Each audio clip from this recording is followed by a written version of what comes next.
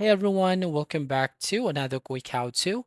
In this video, we're going to show you how to make a shortcut chat with Gemini in Chrome. So here, as you can see, I can use my Gemini in my Google Chrome easily. So to basically enable this to your Google Chrome, so the first step that we can do right here is basically open up your Google Chrome.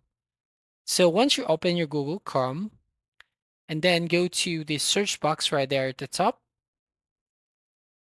and then type right here Chrome column double forward slash and then flags and then forward slash and then press enter on your keyboard. And then you'll find these experiments. So go to the search box at the top and type right here expansion. And then you'll find this expansion pack for the site search starter pack. So from default, we're going to change this into enabled. And then click on the relaunch button right there at the bottom right. And once you reopen your Google Chrome, then type at Gemini, then press tab, and then type right here anything that you want to search using the Gemini AI.